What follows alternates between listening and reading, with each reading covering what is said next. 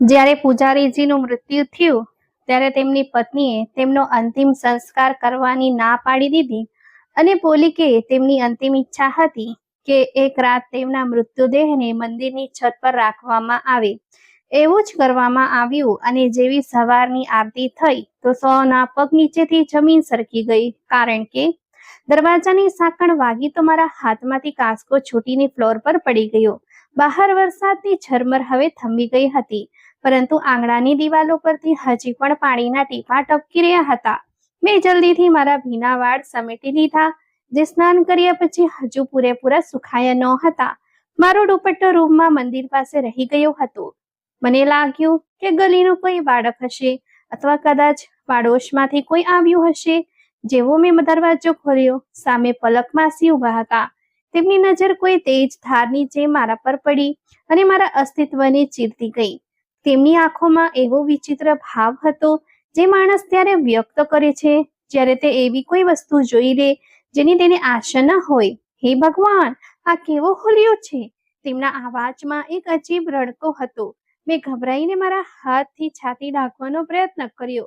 મારા વાળમાંથી પાણી હજી ટપકી રહ્યું હતું અને મારા ચહેરા પરની ગભરાટે કદાચ તેમના શંકાને વધુ મજબૂત કરી દીધો હતો. માસી, એ તો હું હમણાં જ નહાઈને નીકળી હતી, મેં હકલાતા કહ્યું અને પાછળ હટી. પલક માસીએ મારી વાતનો જવાબ આપવાને બદલે મને ખભેથી એક તરફ કરી અને બે ધડક આંગણામાં દાખલ થઈ ગયા. તેમના હાથમાં ભંડારાની એક પ્લેટ હતી, પણ તેમનું ધ્યાન એ પ્લેટ કરતા ઘરના અંદરના દૃશ્ય પર વધુ હતું. હું દિવાલ સાથે વળગીને ઊભી રહી ગઈ. મને મારી હાલત પર અત્યંત શરમ અને ડરનો અનુભવ થઈ રહ્યો હતો. તેઓ સીધા અંદરના રૂમ તરફ વધ્યા, જ્યાં પડદો અડધો ખસેલો હતો.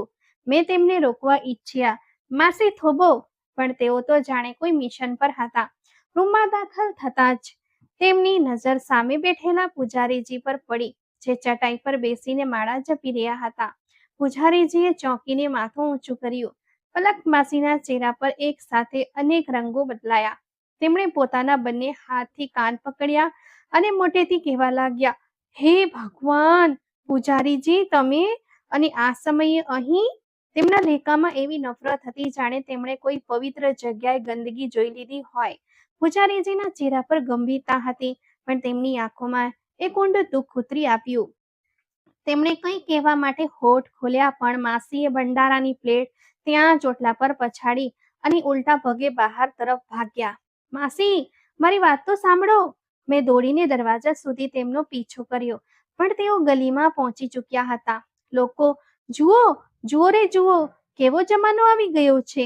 તેમની ચીસ ગલીના સન્નાટાને ચીરતી નીકળી. જેની પાછળ આપણે પૂજા કરીએ છીએ તે પોતાના ઘરમાં શું રમત રમી રહ્યા છે? ડર અને શરમ તો આ ઘરમાંથી ઉઠી જ ગઈ છે. મારો દમ ઘૂંટવા લાગ્યો. મેં જલ્દીથી દરવાજો બંધ કર્યો અને તેને ટેકો દઈને બેસી ગઈ. મારા હાથ પગ ઠંડા પડી રહ્યા હતા. બહાર માસીનો શોર હવે તોડાના અવાજમાં બદલાવા લાગ્યો હતો. શું થયું પલક માસી? કેમ બૂમો પાડો છો? કોઈ પુરુષનો અવાજ આવ્યો. અરે શું કહું, હું તો પ્રસાદ આપવા ગઈ હતી. અંદર ગઈ તો જોયું કે તે છોકરી દુપટ્ટા વગર ભીના વાળે પૂજારી પાસે બેઠી છે. પૂજારાની પત્નીને ગુજરીને ગયાને હજી 1 વર્ષ પણ નથી થયું અને આ, હે રામ, હું તો જીભ પર લાવતા પણ ડરું છું. માસીની આ વાતો ગલીમાં ઉભેલા લોકો માટે તણખાનું કામ કરી ગઈ. જોતામાં જોતા આ સમાચાર આખા મોહલ્લામાં જંગલની આગની જેમ ફેલાઈ ગયા. એ પૂજારી જેનો લોકો સુગંધ ખાતા હતા, જેમના સંયમ અને ભક્તિના ઉદાહરણો આપતા હતા, તે હવે દરેક જીભ પર એક તમાશો બની ગયા હતા. મેં રૂમ તરફ જોયું. પૂજારીજી હજી પણ ચટાઈ પર બેઠા હતા. તેમનું માથું નમેલું હતું અને તેમના હાથમાં રહેલી માળા શાંત થઈ ગઈ હતી. હું હિંમત કરીને અંદર ગઈ. પૂજારીજી, આ બધું શું થઈ રહ્યું છે? તે સ્ત્રી શું કહી રહી છે? મારા આંસુ વહેવા લાગ્યા. તેમણે ધીમેથી માથું ઊંચું કર્યું. તેમના ચહેરા પર કોઈ ગુસ્સો નહોતો, માત્ર એક અજીબ મૌન હતું. ચારુ, માણસની પરીક્ષા ક્યારેક સંપત્તિ થાય છે અને ક્યારેક ઇજ્જતથી. કદાચ મારા માટે આ બીજો રસ્તો પસંદ કરવામાં આવ્યો છે, પણ આપણે તો કોઈ પાપ નથી કર્યું. મેં તડપીને કહ્યું, તમે તો મને જીવન આપ્યું છે. તમે તો મને એ અપમાનથી બહાર કાઢી હતી, જ્યાં મારો પોતાનો સાવકો બાપ મને હારી ગયો હતો. શું તમે તેમને નહીં જણાવો? ના ચારુ, લોકો એ જ જુએ છે જે તેઓ જોવા માંગે છે. દીકરી, અત્યારે તેમના કાન બંધ અને આંખો અંધ થઈ ગઈ છે. બહાર શોર બકોર વધી રહ્યું હતું. હવે માત્ર માસી જ નહીં પણ મોહલ્લાના કેટલાય પુરુષોના અવાજો પણ સંભળાઈ રહ્યા હતા. બહાર નીકળો પૂજારીજી, અમને જવાબ આપો. આ છોકરી કોણ છે અને તમારા ઘરમાં કયા સંબંધે રહી રહી છે? એક ગુસ્સાભર્યો આવાજ આવ્યો. હા ભાઈ, ના તેમનું કોઈ સંતાન છે ના કોઈ નજીકનું સગા. તો પછી આ જુવાન છોકરી આટલા મહિનાઓથી અહીં શું કરી રહી છે? આ મંગેશનો અવાજ હતો, જે હંમેશા પૂજારીજી સાથે પૂજામાં પહેલી હરોળમાં ઊભો રહેતો હતો. લોકોનું ટોળું હવે અમારા દરવાજાની સાવ નજીક હતું. કોઈએ દરવાજા પર જોરદાર લાત મારી. બહાર નીકળો, નહીંતર અમે દરવાજો તોડી નાખીશું. અમને આ પવિત્ર મોહલ્લામાં આવી ગંદકી નથી જોઈતી. મોહલ્લાની સ્ત્રીઓ હવે પોતાની બારીઓમાંથી ડોકિયા કરી રહ્યા હતા અને જાત જાતની વાતો કરતી હતી. પલક માસી હવે વિજયી અંદાજમાં તોડાની વચ્ચે ઊભા હતા, જાણે તેમણે કોઈ મોટું મેદાન મારી લીધું હોય. હું તો પહેલા જ કહેતી હતી, તેઓ બીજી સ્ત્રીને કહી રહ્યા હતા કે દાણમાં કંઈક કાણું છે. આટલી જુવાન છોકરી અને આ એકલો પુરુષ, ભલે સંયમ ગમે તેટલો હોય પણ શેતાન તો ગમે ત્યાં આવી શકે છે. પૂજારીજી ઊભા હતા. તેમણે પોતાનો કુર્તો સરખો કર્યો અને માથે પાઘડી મૂકી. તેમના ડગલામાં કોઈ લથડતી ચાલ નહોતી, પણ તેમનો ચહેરો ફિક્કો પડી ગયો હતો. તમે બહાર ના જાઓ. મેં તેમનો રસ્તો રોકવા માંગ્યો. આ લોકો તમને નુકસાન પહોંચાડશે. સત્યને છુપાવવું એ પણ પાપ છે ચારુ, તેમણે ધીમા અવાજે કહ્યું. જો આજે હું બહાર નહીં નીકળું તો આ આખો મોહલ્લો ગુનેગાર બની જશે. જેવો તેમણે દરવાજો ખોલ્યો, બહારનું ટોળું એક ક્ષણ માટે થંભી ગયું. પછી એકાએક આવાજોનું તોફાન ઉમટી પડ્યું. પૂજારીજીની સામે કેટલાય ચહેરા હતા, જેમાં નફરત, જિજ્ઞાસા અને તિરસ્કાર સ્પષ્ટ જોઈ શકાતા હતા. જે માણસ ગઈકાલ સુધી તેમનો ધર્મગુરુ હતો, આજે તેમના માટે એક ગુનેગાર બની ગયો હતો. દરવાજાના ઉંબરે ઉભેલા પૂજારીજીના ચહેરા પર એવી વેદના હતી જે કદાચ મૃત્યુ કરતા પણ ઊંડી હતી. હું આંગણાના ખૂણે ઊભા રહીને દરવાજાને તિરાડમાંથી એ તમાશો જોઈ રહી હતી, જેનું કેન્દ્ર હું અને એ પવિત્ર માણસ હતા, જેમણે મને અંધકારમાંથી કાઢવા માટે પોતાની ઉજ્જવળ પ્રતિષ્ઠા દાવ પર લગાવી દીધી હતી. બહાર લોકોનું ટોળું કોઈ પાગલ થયેલા સમુદ્રની જેમ ધૂધવતું હતું. એ જ લોકો જે ગઈકાલ સુધી તેમની સામે માથું નમાવીને ઊભા રહેતા હતા, આજે તેમની તરફ આંગળી ચીંધીને પોતાની પવિત્રતા સાબિત કરી રહ્યા હતા. પૂજારીજી, તમે ચૂપ કેમ છો? બોલતા કેમ નથી? મોહલ્લાના એક માણસે, જે પોતાની રખડપટ્ટી માટે પ્રખ્યાત હતો, આગળ વધીને કટાક્ષમાં કહ્યું. અમને તો લાગતું હતું કે તમે અમને પાપોથી બચાવવાનો બોધ આપો છો, પણ અહીં તો દીવા નીચે જ અંધારું નીકળ્યું. આ જુવાન છોકરી તમારા ઘરમાં કયા નાતે છે? પૂજારીજી ઊંડો શ્વાસ લીધો. તેમની આંખોમાં ભીનાશ હતી, પણ અવાજમાં એક અજીબ ગરિમા બાકી હતી. તમે બધા જાણો છો કે મારું કોઈ ઠેકાણું નથી, ના કોઈ સંતાન છે, ના કોઈ નજીકનું સગા. મેં હંમેશા આ મોહલ્લાને મારો પરિવાર માન્યો છે. પરિવાર? એક આધેડ વયની સ્ત્રી, જે પલક માસીની ખાસ સહેલી હતી, તે ચીસ પાડીને બોલી. પરિવારમાં આવી જુવાન છોકરીઓને આમ પડદા વગર રખાતી નથી. અમે જોઈ રહ્યા છીએ કે તમારી પહેલી પત્નીના અવસાન પછી તમારા રંગ જ બદલાઈ ગયા છે. આ છોકરી ક્યાંથી આવી છે? કોની દીકરી છે? અને તમારી સાથે તેનો શું સંબંધ છે? લોકોના સવાલો તીરની જેમ પૂજારીજીના અસ્તિત્વની વીંધી રહ્યા હતા. તેઓ શાંત રહ્યા. કદાચ તેઓ જાણતા હતા કે અત્યારે સત્ય કહેવું પણ તેમના માટે એક નવી મુસીબત બની શકે છે. લોકોની નવાઈ હવે ગુસ્સામાં બદલાઈ રહી હતી. તેમને એ વાત ગળે નહોતી ઉતરતી કે એક એકલો વૃદ્ધ માણસ, જેનો કોઈ ભૂતકાળ નથી, એક જુવાન છોકરીને પોતાના ઘરમાં આમ છુપાવીને કેમ બેઠો છે. મામલો એટલો વધી ગયો કે મોહલ્લાના વડીલોએ નિર્ણય કર્યો કે ગલીમાં આમ તમાશો કરવા કરતા સારું છે કે વિધિવત પંચાયત બોલાવવામાં આવે. પંચાયતની જાહેરાત થતાં જ પૂજારીજીના ચહેરા પર ફાળ પડી. તેઓ પાછા અંદર આવ્યા ત્યારે તેમના ઢગલા લથડતા હતા. મેં દોડીને તેમને ટેકો આપવા માંગ્યો, પણ તેઓ ત્યાં જ આંગણાના ઓટલા પર ઢળી પડ્યા. પૂજારીજી, મેં ઢસકા ભરતા પોકાર્યું. તમે મારી લીધે કેમ અપમાનિત થઈ રહ્યા છો? હું અહીંથી જતી રહું છું. મને કોઈ કોઠામાં વેચાઈ જવા દો. ઓછામાં ઓછી તમારી ઇજ્જત તો બચી જશે. તેમણે પોતાની ઇજ્જતની નજર મારા પર સ્થિર કરી અને ધીમા અવાજે કહ્યું. ચારું, જો આજે હું તને આ વરુઓ જેવા સમાજમાં એકલી છોડી દઉં તો ભગવાનને શું જવાબ આપીશ? પંચાયત થવા દે, જે નસીબમાં હશે તે થઈને રહેશે. એ રાત અમારા બંને માટે કોઈ પ્રલયથી ઓછી નહોતી. પૂજારીજી ચટાઈ પર બેસીને રડી રડીને પ્રાર્થના કરી રહ્યા હતા અને હું રૂમના અંધકારમાં મારા નસીબ પર શોક મનાવી રહી હતી. બીજા દિવસે સાંજ પછી મંદિરના આંગણામાં મોહલ્લાની પંચાયત બેઠી. આખા મોહલ્લાના પુરુષો ત્યાં જમા હતા. વાતાવરણમાં એક અજીબ ગૂંગળામણ અને તણાવ હતો.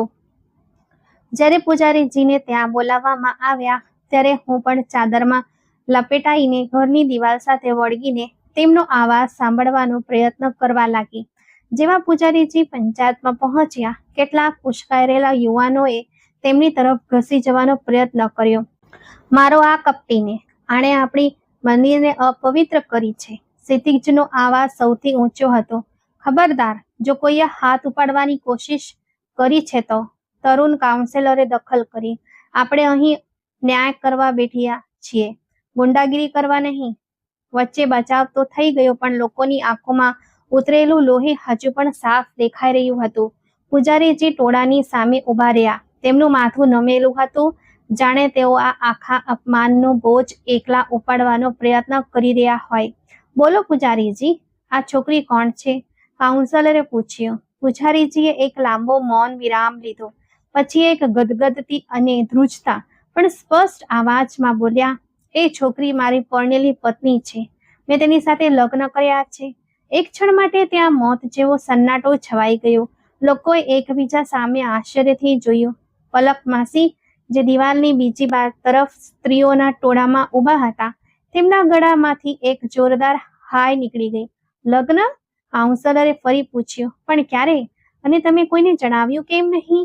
મેં તેને જુલમથી બચાવવા માટે લગ્ન કર્યા હતા. પૂજારીજીની અવાજમાં પીડા હતી અને હું તેને પ્રસિદ્ધિ આપવા નહોતો માંગતો. હું માત્ર તેને એક છત આપવા માંગતો હતો. જોકે આ ખુલાસા પછી બધા શાંત થઈ ગયા. કાયદેસર રીતે તેમની પાસે કહેવા માટે કંઈક બચ્યું નહોતું, પણ લોકોના દિલમાં શંકાનું જે બીજ રોપાયું હતું તે હવે એક ઝેરી છોડનું સ્વરૂપ ધારણ કરી ચૂક્યું હતું.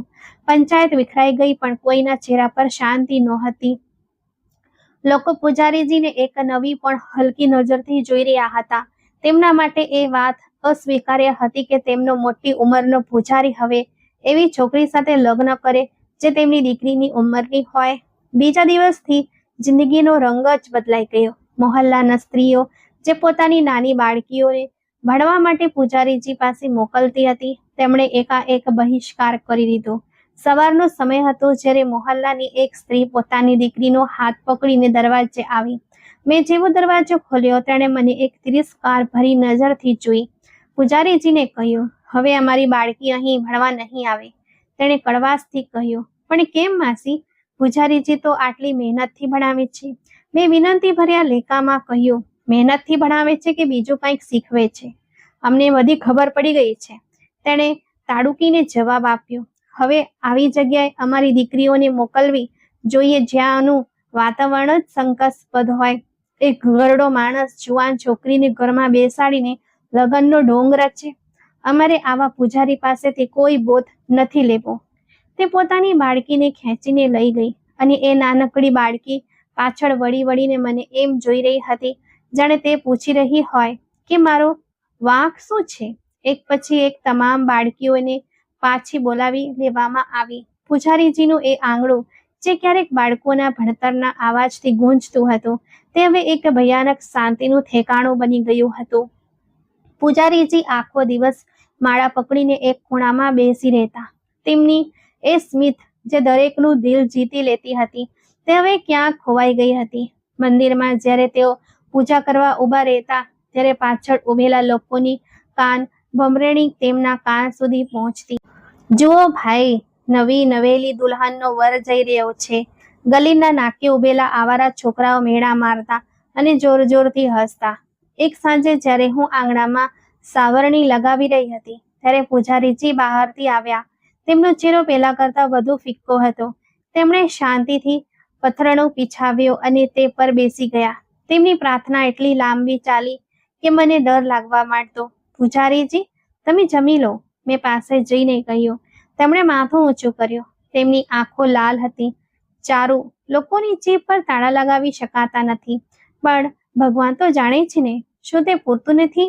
તેમનો આ સવાલ મને લાજવાબ કરી દેતો, પણ મને દુઃખ એ વાતનું હતું કે મારા કારણે તેમની વર્ષોની કમાયેલી ઇજ્જત ધૂળમાં મળી રહી હતી. મોહલ્લાના લોકોનું વલણ હવે માત્ર શંકા સુધી સીમિત નહોતું રહ્યું, પણ તેઓ હવે ખુલ્લેઆમ દુશ્મની પર ઉતરી આવ્યા હતા. સ્ત્રીઓ હવે મારા ઘરની સામેથી પસાર થતી વખતે પોતાના દુપટ્ટા ઠીક કરતી અને મોઢું બીજી તરફ ફેરવી લેતી, જાણે હું કોઈ અછૂત હોઉં. શંકાની આગ ઠંડી થવાને બદલે દિવસે ને દિવસે વધતી રહી હતી. લોકોને લાગતું હતું કે પૂજારીજી આ બધું પોતાની ખુશી માટે કર્યું છે અને લગ્નની વાત માત્ર એક પડદો છે. તેમને એ ખબર નહોતી કે આ પડદા પાછળ કેટલી મોટી કુરબાની અને કેટલું મોટું દુઃખ છુપાયેલું છે. મૌનનો આ બોજ પૂજારીજીની તબિયતને અંદર ને અંદર ખાઈ રહ્યો હતો, પણ હજુ તો કસોટીઓનું એક બીજું તોફાન દરવાજે દસ્તક દઈ રહ્યું હતું. એ વેદનાદાયક દિવસ મારી યાદોના કંઈ અંધારા ખૂણે આજે પણ તાજો છે. મોહલ્લાના લોકોની રૂખાપણું હવે વિધિવત નફરત અને તિરસ્કારમાં બદલાઈ ચૂકી હતી. પૂજારીજી, જેમના ડગલાનો અવાજ સાંભળીને લોકો આદરથી ઊભા થઈ જતા હતા, હવે તેમની સામેથી પસાર થતી વખતે કટાક્ષ ભર્યું હસતા અથવા મોઢું ફેરવી લેતા. એક બપોરે ઘરમાં જરૂરી સામાન ખતમ થઈ ગયો હતો. પૂજારીજીની તબિયત ખરાબ હતી, પણ તેઓ નહોતા ઈચ્છતા કે હું એકલી બહાર જાઉં. તેમણે માંડ માંડ હિંમત ભેગી કરી, પોતાની લાકડી પકડી અને મારો હાથ પકડીને ગલી તરફ વધ્યા.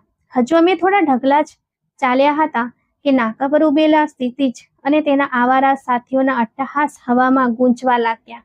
ઓય જુઓ, મોટી પત્ની અને તેમના જુવાન ગુરુ સહેલ ગાહે નીકળ્યા છે. ક્ષિતિજે દાંત કાઢીને પોતાના સાથીઓ તરફ જોયું. અરે ક્ષિતિજ ભાઈ, આ પૂજારી નથી, આ તો રસીલા નીકળ્યા. અમે તો સમજતા હતા કે માળા ફેરવીને ભગવાન ભગવાન કરે છે, પણ અહીં તો ઘરમાં જ સ્વર્ગ વસાવી રાખી છે. બીજા એક જાણે સીટી વગાડતા કહ્યું. મારી હથેળીઓમાં પરસેવો આવી ગયો અને ચાદરની અંદર મારું અસ્તિત્વ ધ્રુજવા લાગ્યું. પૂજારીજીના હાથમાં રહેલી લાકડી ધ્રુજી રહી હતી, પણ તેમની ગરદન ઝૂકેલી હતી. તેમણે એક શબ્દ પણ ન કહ્યો, જાણે એ આવારાઓની જીભ નહીં, પણ તેમનું પોતાનું નસીબ તેમની મજાક ઉડાવી રહ્યું હોય. પૂજારીજી, કોઈ નુસ્ખો અમને પણ બતાવો ને. આ ઉંમરે આ જુવાની કેવી રીતે જાળવી રાખી છે? ક્ષિતિજે રસ્તો રોકવાનો પ્રયત્ન કર્યો. રસ્તો છોડી દો દીકરા. પૂજારીજીના અવાજમાં એવી નબળાઈ અને વેદના હતી કે જો કોઈ પથ્થર દિલનો માણસ હોય તો પણ પીગળી જાય. અમને જવા દો દીકરા, અમે તો હવે તમારા સાળા થઈએ. સંબંધ બદલાઈ ગયો પૂજારીજી. એક જોરદાર અટ્ટહાસ હવામાં ગુંજ્યો.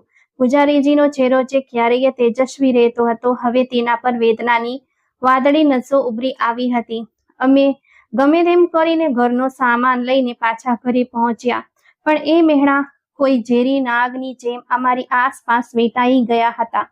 ઘરનો ઉંબરો ઓળંગતા જ પૂજારીજી દિવાલના ટેકે બેસી ગયા. તેમની માળા તેમના હાથમાંથી છૂટીને ફ્લોર પર વેરવિખેર થઈ ગઈ. બરાબર એ જ રીતે જે રીતે તેમની પ્રતિષ્ઠા આ મોહલ્લાની ગલીઓમાં વેરવિખેર થઈ રહી હતી. તે રાતની જ ઘટના છે જેણે પૂજારીજીની કમર તોડી નાખી. તેઓ મંદિરમાં સાંજની આરતી પછી થોડી વાર ત્યાં રોકાઈ ગયા હતા કે કદાચ કોઈ જૂનો ઓળખીતો તેમની સાથે વાત કરી લે, કોઈ તેમના દુઃખનો ઈલાજ કરી દે. હું ઘરમાં એકલી હતી અને દરવાજાની સાંકળ ચડાવી રાખી હતી. અચાનક મને આંગણાની પાછળની દિવાલ પર કોઈના ચઢવાનો અવાજ આવ્યો. મારો જીવ તાળવે ચોંટી ગયો. મેં કિચનમાંથી એ છરી ઉઠાવી દીધી જે શાકભાજી કાપવાના કામ આવતી હતી. કોણ છે? મેં ધ્રુજતા અવાજે બૂમ પાડી. જવાબમાં દિવાલ પરથી બે પડછાયા નીચે કૂદ્યા. એ જ રખડુ છોકરાઓ હતા જે આખો દિવસ ગલીમાં બેસીને મેણા તોડા મારતા હતા. આ સમયે તેમની આંખોમાં દરિંદગી અને હોઠ પર તે મલિન સ્મિત હતું. અરે ડરો નહીં નાની પૂજારીન, અમે તો બસ એ જો આવ્યા હતા કે આ ઘરમાં એવું તો શું છે જે પૂજારીને જુવાન કરી ગયું. એકે આગળ વધવાની કોશિશ કરી. મેં ચીસો પાડવાનું શરૂ કરી દીધું. ભાગો અહીંથી, હું શોર મચાવી દઈશ. પૂજારીજી આવતા થશે. મચાવો શોર. આખું મોહલ્લું તો પહેલાથી તમાશો જોઈ રહ્યું છે. કોઈ તારી મદદ માટે નહીં આવે. બીજો છોકરો દિવાલ તરફથી મારી તરફ વધ્યો જ હતો કે અચાનક બહારની સાંકળ ખખડાવવાનો અવાજ આવ્યો અને પૂજારીજીનો અવાજ સંભળાયો. ચારુ, દરવાજા ખોલ. તે છોકરાઓ ગભરાઈ ગયા. કદાચ તેઓ આટલી જલ્દી તેમના પાછા આવવાની અપેક્ષા નહોતા કરી રહ્યા. ઓય, ચાલ, ડોસો આવી ગયો છે. કાલે જોઈ લેશું. ક્ષિતિજે બીજાને ઈશારો કર્યો અને તે બંને જે ઝડપે આવ્યા હતા તેટલી જ ઝડપે દિવાલ કૂદીને અંધારામાં ગાયબ થઈ ગયા. મેં ધ્રુજતા હાથે દરવાજો ખોલ્યો અને પૂજારીજીને વળગીને ધ્રુસકે રડવા લાગી. મારો શ્વાસ ફૂલી રહ્યો હતો અને હું કાંઈ બોલી શકતી નહોતી. પૂજારીજીએ જ્યારે દિવાલ પાસેના પગના નિશાન જોયા તો તેમના ચહેરા પર એક ભયાનક શાંતિ છવાઈ ગઈ. તેઓ મને અંદર લઈ ગયા અને પૂજાની ચટાઈ પર બેસી ગયા. તે રાત્રે તેઓ ઊંઘ્યા નહીં.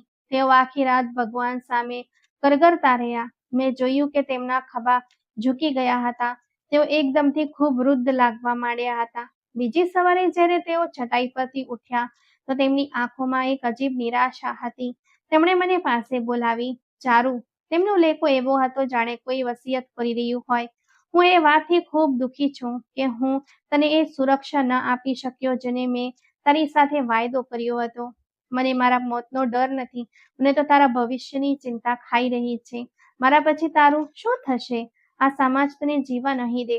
આ લોકો જે મને નથી છોડી રહ્યા એ તને કેવી રીતે માફ કરશે? એવી વાતો ન કરો. તમને કંઈ નહીં થાય. મેં તેમનો હાથ પકડી લીધો. તમે મારા પતિ છો, મારી ઢાલ છો. હું ફક્ત એક નાશવંત માણસ છું. તેમણે એક ઠંડો નિસાસો નાખ્યો.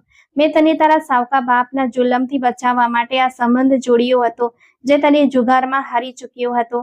મેં વિચાર્યું હતું કે મારી સફેદ દાઢી અને આ પૂજાની ચટાઈ તારી આસપાસ એક દિવાલ બની જશે, પણ હું ખોટો હતો. આ લોકોએ તો મારી દાઢીની સફેદીને પણ ધાગ લગાડી દીધો.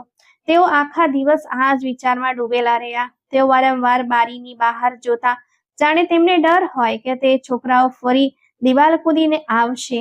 તેમનું માનસિક દબાણ એટલી હદે વધી ગયું હતું કે તેમના હાથ પગ ઠંડા પડવા લાગ્યા હતા.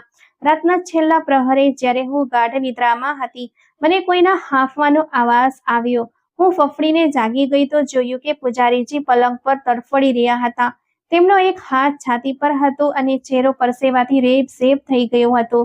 પૂજારીજી, શું થયું છે? મેં ગભરાઈને પૂછ્યું. તેઓ કંઈક બોલવાનો પ્રયત્ન કરી રહ્યા હતા પણ શબ્દો તેમના ગળામાં ફસાઈ રહ્યા હતા. તેમની આંખો છત તરફ ટકેલી હતી અને તેઓ અસહ્ય પીડામાં હોય તેમ લાગતું હતું. પાણી! તેમણે માંડ એક શબ્દ ઉચ્ચાર્યો. હું પાણી લેવા રસોડા તરફ દોડી પણ જ્યારે પાછી આવી ત્યારે તેમનું શરીર શાંત થઈ ચૂક્યું હતું.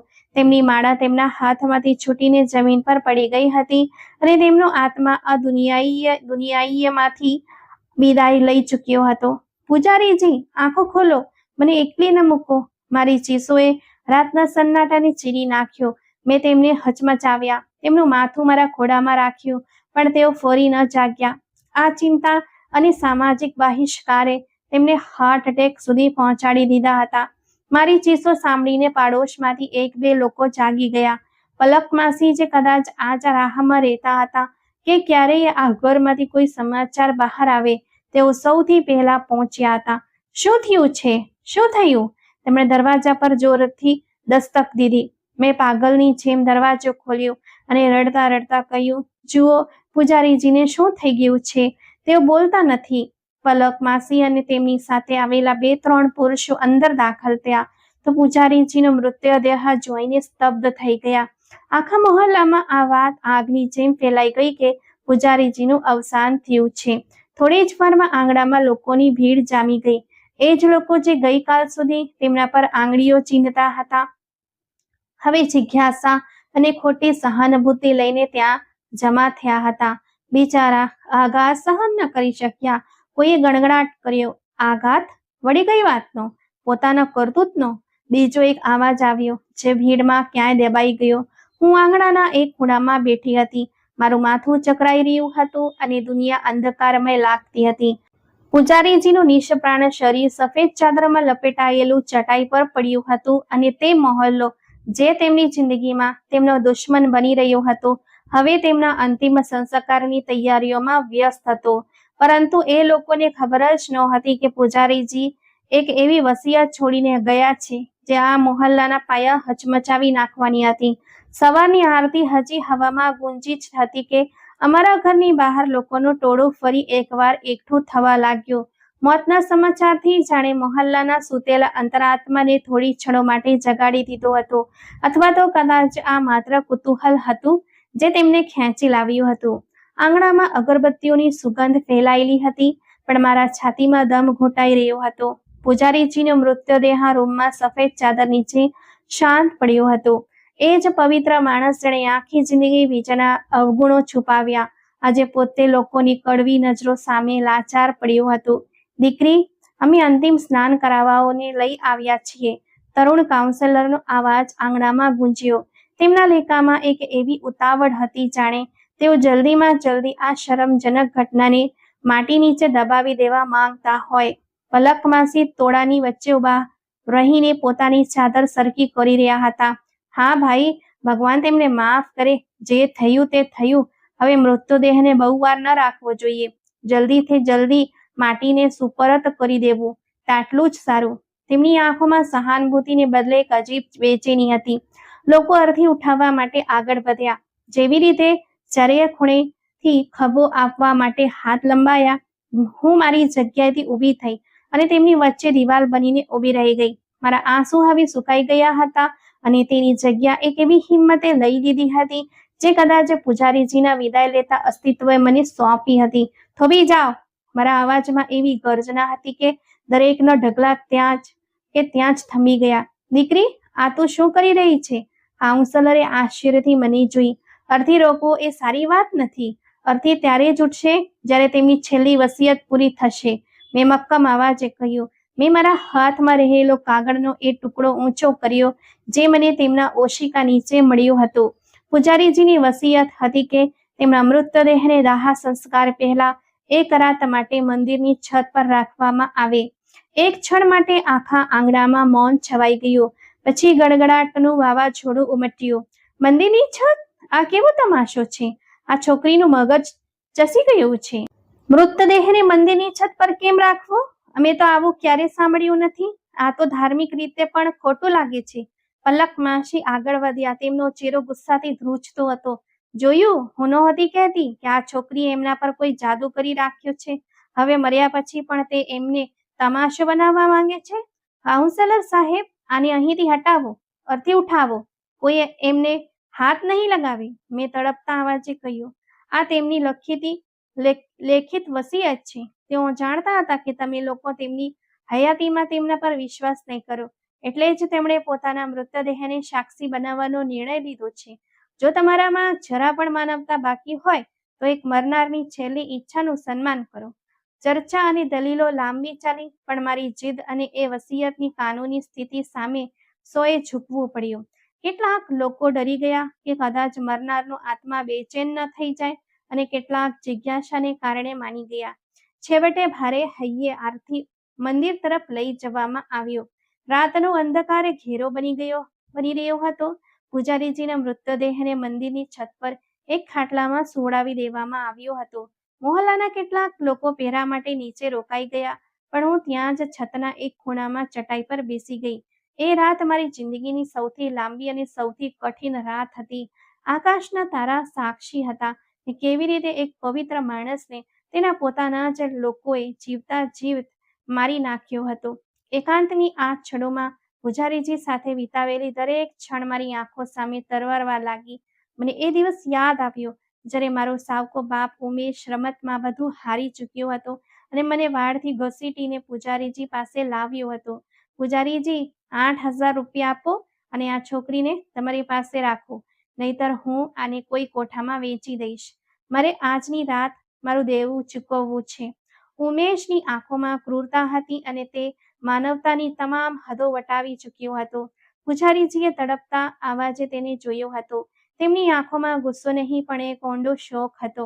તેમણે પોતાની આખી જિંદગીની બચત કાઢી અને ઉમેશના હાથમાં મૂકી દીધી, માત્ર એટલા માટે કે એક માસૂમ છોકરીની ઇજ્જત બચી શકે. આને અહીં છોડી જા ઉમેશ, આ તારી દીકરી છે. પૂજારીજીનો અવાજ ધ્રુજી રહ્યો હતો. દીકરી હશે તારી, મારા માટે તો આ ફક્ત હજારોની નોટ છે. તે પૈસા છીનવીને ભાગી ગયો અને હું ત્યાં જ ઉમરા પર પડીને ધ્રુસકે રડવા લાગી હતી. ત્યારે પૂજારીજીએ મારા માથા પર ચાદર ઓઢાડી હતી અને કહ્યું હતું, ચારુ, આજથી તું મારા આશરામાં છે. આ દુનિયા જાલિમ છે, તે તને ચેનથી જીવવા નહીં દે. હું વૃદ્ધ છું, લોકો વાતો કરશે, એટલે જ હું તને એક એવો સંબંધ આપીશ જે તારી ઢાલ બની જશે. હું તારી સાથે લગ્ન કરીશ, પણ આ લગ્ન ફક્ત એટલા માટે હશે જેથી કોઈ તારા પર ખરાબ નજર ન નાખી શકે. તું આ ઘરમાં મારી દીકરી બનીને રહીશ અને હું તારો રક્ષક બનીને. હું આખી રાત રડતી રહી અને યાદોના આ ઘાવોને પંપાળતી રહી. જેવી સવાર પડવા માંડી અને સવારના પહેલા કિરણે આકાશને સ્પર્શ્યો, મોહલ્લાના લોકો મંદિરના આંગણામાં જમા થવા લાગ્યા. તરુણ કાઉન્સલર, પલક માસી અને તે તમામ લોકો જે પૂજારીજી પર આંગળી ચીંધતા હતા હવે છત તરફ આવી રહ્યા હતા. જ્યારે તેઓ છત પર પહોંચ્યા તો ત્યાંનું દૃશ્ય જોઈને સૌના શ્વાસ થંભી ગયા. મૃતદેહના ખાટલાની આસપાસ રાશનના કેટલાય મોટા મોટા થેલા પડ્યા હતા. લોટ, દાળ, ઘી, ખાંડ અને ચોખાના એ થેલા ત્યાં કેવી રીતે આવ્યા? દરેકના ચહેરા પર સવાલો અને આશ્ચર્યના નિશાન હતા. આ બધું શું છે? પલક માસીના અવાજમાં ધ્રુજારી હતી. આ રાશન અહીં ક્યાંથી આવ્યું? હું ધીમેથી ઊભી થઈ. મારી આંખો લાલ હતી અને આવાજમાં એક અજીબ શક્તિ હતી. મેં એક ગુણી તરફ ઇશારો કર્યો જેના પર એક વિધવાનું નામ લખેલું હતું. આ એ રાશન છે પલક માસી, જે પૂજારીજી દર રાત્રે શાંતિથી તમારા લોકોના ઘર સુધી પહોંચાડતા હતા. ભીડમાં હોબાળો મચી ગયો. લોકો એકબીજાના મોઢા જોવા લાગ્યા. જૂઠું છે આ. ક્ષિતિજ, જે ભીડની પાછળ ઊભો હતો, તે બૂમ પાડી ઉઠ્યો. પૂજારીજી પાસે આટલા પૈસા ક્યાંથી આવ્યા? તેઓ તો પોતે એક ગરીબ માણસ હતા. તેઓ ગરીબ હતા કારણ કે તેઓ પોતાના પગારનો એક એક રૂપિયો આ થેલાઓ પાછળ ખર્ચી દેતા હતા. મેં તડપીને જવાબ આપ્યો. તેઓ રાતના અંધકારમાં પોતાનો ચહેરો છુપાવીને નીકળતા હતા જેથી કોઈની ઇજ્જતનો ભ્રમ ન તૂટે. આપ સૌને યાદ છે ને, ગયા મહિને જ્યારે પલક માસી તમારા ઘરમાં ભૂખમરો હતો અને કોઈ છાનામાં ના લોટ મૂકી ગયું હતું, તમે વિચાર્યું હતું કે તે એક દેવદૂત હતો. તે દેવદૂત આ જ વૃદ્ધ માણસ હતો જેને તમે ચારિત્રહીન કહ્યું. માસીના હાથમાંથી તેમની માળા પડી ગઈ. તેમનો ચહેરો ફિક્કો પડી ગયો. તેઓ એ થેલાઓને એવી રીતે જોવા લાગ્યા જાણે તેમાં તેમને પોતાની ઓકાત દેખાઈ રહી હોય. અને આ લગ્ન? કાઉન્સલરે દબાયેલા અવાજે પૂછ્યું. લગ્ન એટલે કર્યા હતા કારણ કે મારો બાપ મને 8,000 રૂપિયામાં એ ગ્રાહકને વેચી રહ્યો હતો. મેં ચીસ પાડીને કહ્યું. તેમણે પોતાની યાત્રા માટે ભેગી કરેલી રકમ આપીને મને ખરીદી જેથી મને એક નામ આપી શકે, એક છત આપી શકે. તેમણે મારી પાસે ક્યારેય પતિ તરીકેનો હક નથી માંગ્યો. તેઓ મને હંમેશા દીકરી કહેતા અને રાત્રે જાગીને તમારા લોકો માટે પ્રાર્થનાઓ કરતા હતા. જેઓ દિવસે તેમની પીઠ પાછળ તેમની બુરાઈ કરતા હતા. લોકોના માથા શરમથી ઝૂકી ગયા. જે રાશનના થેલા તેમનું પેટ ભરી રહ્યા હતા આજે તેમના અંતરાત્મા પર બોજ બની ગયા હતા. પૂજારીજીનો મૃતદેહ એ થેલાઓની વચ્ચે એવો લાગતો હતો જાણે તેઓ પોતાની નિર્દોષતાનો સૌથી મોટો પુરાવો રજૂ કરી ચૂક્યા હોય. તે શાંતિ હવે ચીસો બનીને મોહલ્લાના લોકોના કાનમાં ગુંજી રહી હતી.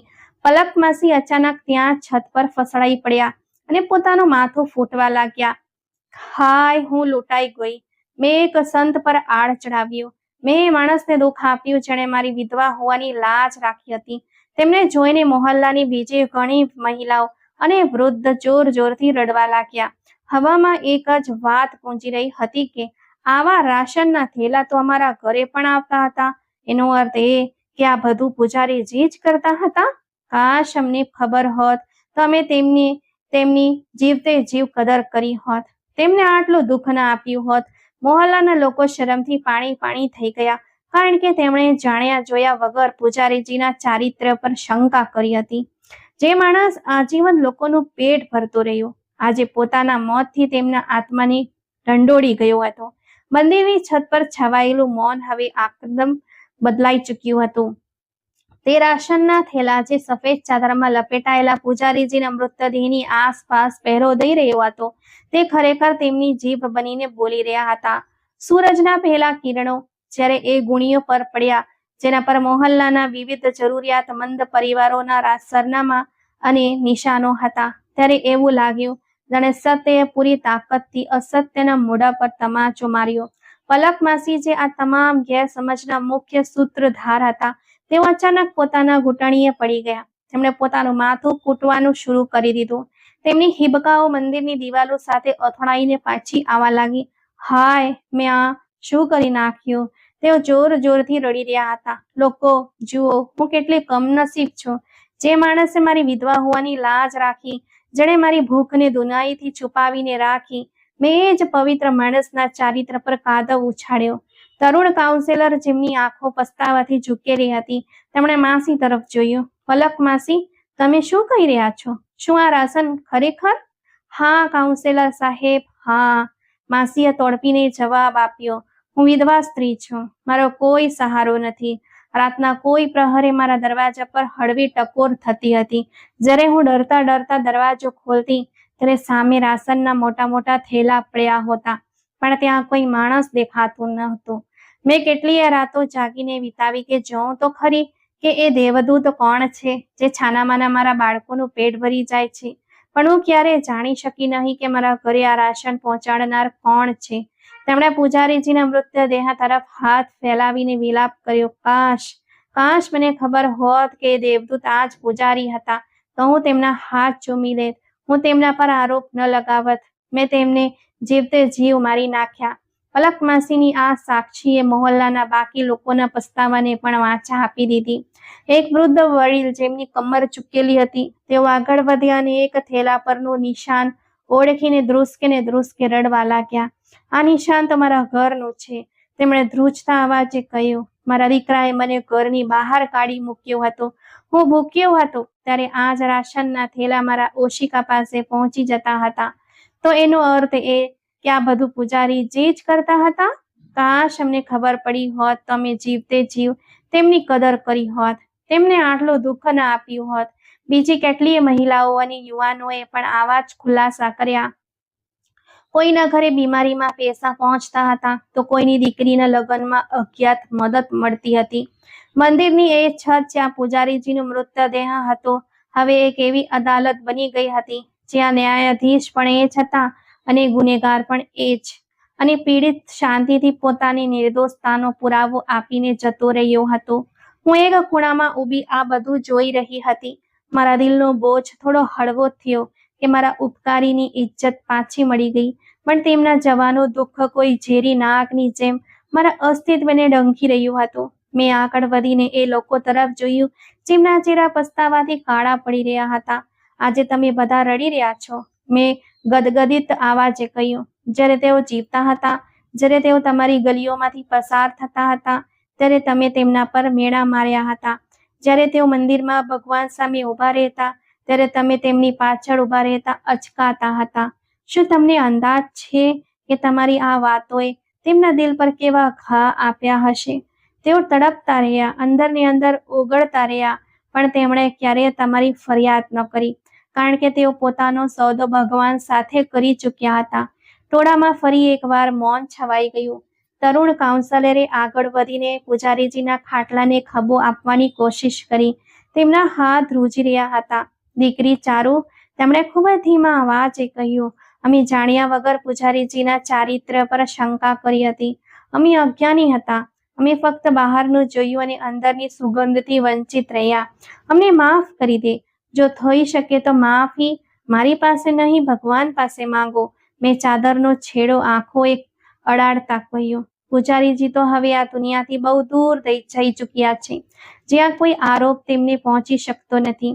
લોકોએ જ્યારે અર્થી ઉઠાવવાની તૈયારી કરી તો આ વખતે તેઓ ઉશ્કેરાયેલા નહોતા, પણ તેમના ઢગલામાં એક નમ્રતા હતી. જે યુવાનો ક્યારે દીવાલ કૂદતા હતા, તેઓ હવે માથું નમાવીને અર્થીની પાછળ ચાલી રહ્યા હતા. આખો મહોલ્લો દાહ સંસ્કારમાં સામેલ હતો. દુકાનો બંધ થઈ ગઈ હતી અને ગલીઓમાં ફક્ત રડવાના આવાજો હતા. વિધિ પછી જ્યારે તરુણ કાઉન્સેલર અને મહોલ્લાના કેટલાક પ્રતિષ્ઠિત લોકો મારી પાસે આવ્યા. ચારુ દીકરી, કાઉન્સેલરે બધીની સામે મોટેથી કહ્યું, આજે અમે બધા શર્મિંદા છીએ, પણ આજે અમે વાયદો કરીએ છીએ કે આજ પછી આ મહોલ્લામાં તારી રક્ષા એક વિધવાની જેમ નહીં, પણ આ ઘરની ઇજ્જતની જેમ કરવામાં આવશે. તારી દરેક જરૂરિયાત, તારી ઇજ્જત અને તારી સુરક્ષા હવે આખા મહોલ્લાની જવાબદારી છે. પલક માસીએ આગળ વધીને મારું કપાળ પંપાળ્યું. દીકરી, મને તારી માં સમજીને માફ કરી દેજે. મેં જે ગુનો કર્યો છે તેનું પ્રાયશ્ચિત હું આખી જિંદગી તારી સેવા કરીને કરીશ. પૂજારીજી જઈ ચૂક્યા હતા. પાછળ એક બોધ પાઠ છોડીને કે કોઈના પહેરવેશ કે હાલત જોઈને તેના ચારિત્રનો નિર્ણય ન કરો, કારણ કે કેટલી વાર જેને આપણે ગુનેગાર સમજી રહ્યા હોઈએ છીએ તે ભગવાનની એટલી નજીક હોય છે કે તેમનો દરેક શ્વાસ આરાધના બની જાય છે. હું પાછી એક ખાલી ઘરમાં આવી, પણ હવે એ ઘર મને ડરામણું નહોતું લાગતું. હવે હું એકલી નહોતી, આખો મહોલ્લો મારી સાથે હતો. પણ જે માણસે મને આ સ્થાન આપ્યું હતું તે માટીની ચાદર ઓળીને હવે પોળી ગયો હતો. મહોલ્લાની હવા બદલાઈ ચૂકી હતી. હવે જ્યારે પણ કોઈના ઘરમાં ટકોર થતી તો તે ડરતો ન હતો. તેના દિલમાં એ આશા જાગતી કે કદાચ કોઈ બીજો પૂજારી છે તેમની ખબર લેવા આવ્યો છે. તેમના મોતે એક આખા સમાજના મરેલા અંતરાત્માને જીવનદાન આપ્યું હતું. મિત્રો, આ વાર્તા આપણને શીખવે છે કે સામાજિક ગેરસમજ અને સાંભળેલી વાતો પર વિશ્વાસ કરવો કેવી રીતે એક માસૂમ અને સારા માણસની જિંદગી બરબાદ કરી શકે છે. સદકર્મનો હિસાબ ભગવાનના ઘરે છે અને સત્યને ગમે તેટલું છુપાવવામાં આવે તે એક દિવસ સામે આવીને જ રહે છે. તો મિત્રો, આજની વાર્તા કેવી લાગી? લાઈક, કોમેન્ટ કરીને જરૂરથી જણાવજો. અને જો ચેનલ પર નવા છો તો પ્લીઝ સબસ્ક્રાઇબ કરજો. આપણે ફરી મળીશું એક નવી વાર્તામાં. આભાર.